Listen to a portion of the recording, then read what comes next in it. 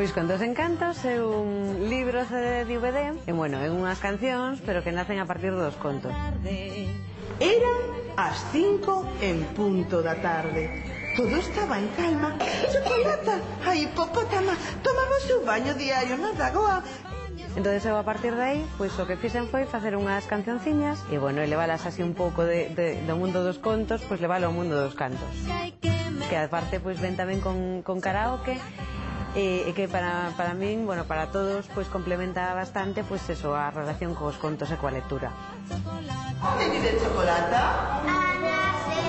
En África. Pois temos que conseguir acabar de facer esta toalla enorme para cando se seque dos seus baños e levarla, temos que enviar por correo a África. Así que ainda quedan moitos nenos por acabar de confeccionar a toalla de Chocolata.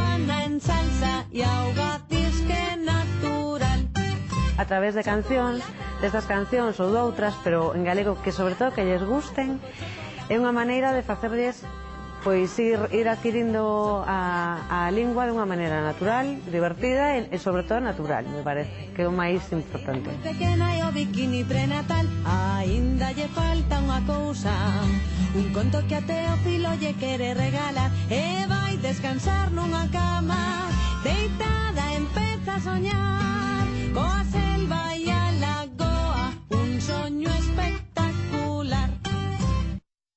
Ben falado! Cal é a serie ordenada das letras dun idioma? O abecedario. Ves como sabes? Que nunha casa na que todos falan en galego un meniño volva da escola con saberes noutras linguas non é problema ningún. Para iso vai, para aprender cousas novas. O problema sería que certas cousas que lle tiran moito como xogos, contos, teatro, novas tecnoloxías, iso non llo desen en galego, porque entón o meniño empezaría a pensar que o galego para certas cousas non vale, e iso sí que é moi mala semente. O goberno galego, en colaboración con 8 editoriais, está promovendo iniciativas como a que acabamos de ver e que entran neses territorios que estiveron durante moito tempo vedados á lingua galega. Así que aprender linguas cantas máis mellor, pero acceso en galego, porque a nosa lingua xa di o que fai un home, tamén outro facelo pode. Abur.